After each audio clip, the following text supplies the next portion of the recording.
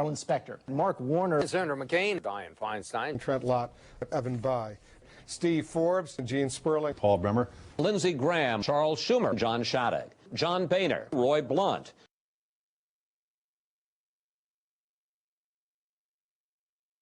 I do think over the last 7 years, I've counted more votes than anybody else on the House floor, and I'm confident that we are now where we need to be to get this done. I have set or met the highest standards in the history of the Congress on that wall of separation between people who are in your family and the work that they do. What we've seen over the last week is what I would describe as a poll, each of us polling our colleagues. What really matters is when our colleagues actually vote and have a secret ballot election, we'll see where the votes really are. In 1991, 2, 3, and 4, if you'll recall, I led an effort to help close the House Bank, close the House Post Office scandal, expose the dine and dash practices. The checks on the floor was a big mistake, and I regret it. I don't think either one of them understands the consequence of the scandals that have hit Washington. We need to bring sunshine back to the earmark process so that no powerful member or leader can stick language or funding into a bill when members don't know about it and can't debate it on the floor. The minute I discovered last year in December that there were links to Mr. Abraham long before he was indicted, I returned all of that money. Did we change Washington or did Washington change us?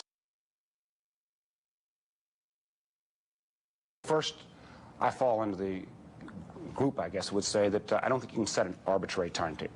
You know, how we got into this war as opposed to how we finish it.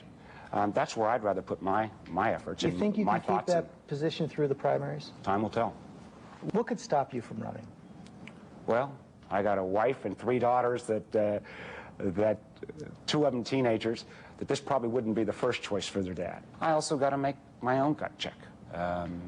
But I do believe that I want to have my voice, whether I run or not run. I want to have my voice and some of my ideas part of this debate. When are we going to hear whether or not, Senator Bayh, you're going to run for the Democratic presidential nomination? Look, Wolf, I'm increasingly concerned about the tone here in Washington, that it's just disconnected from the rest of the country. And we really do need leaders who will change the tone, who will make progress, not focus on ideology and partisanship. And I'm giving serious thought as to what role I might play in all that, but won't make a decision until after the midterm elections. But you're leaving that option open? Yes. I'm going to vote in opposition, I believe. I haven't seen. Yeah, I've made up my mind. I'm going to vote for him, but I didn't just jump to that conclusion. I don't know yet, Wolf. I do not see the likelihood of a filibuster. To be very candid with you, I don't see those kinds of egregious things emerging that would justify a filibuster. Well, the bottom line is we're still finishing the process. Written questions have to be answered. I submitted a whole bunch. So it's premature to say anything till we fully assess the record. I started off by saying that he didn't have the authority under the resolution authorizing the use of force. The president has to follow the Constitution. Where you have a law which is constitutional, like Foreign Intelligence Surveillance Act, the remedy could be a variety of things. A president, and I'm not suggesting remotely that there's any basis, but you're asking really theory, what's the remedy? Impeachment is a remedy. After impeachment, you could have a criminal prosecution. This is the most grave situation that we have faced since the end of the Cold War, absent the whole war on terror. There's only one thing worse than the United States exercising a military option.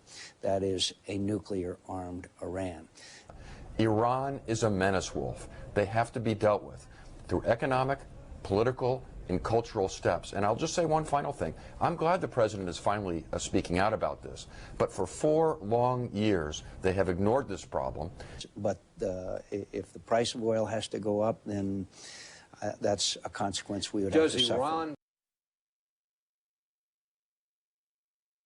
Close, but not exact. He wouldn't use the word settled law to describe Roe v. Wade, and despite your best efforts, he also wouldn't describe it as a super-duper precedent, so he did seem to leave a lot of wiggle room there.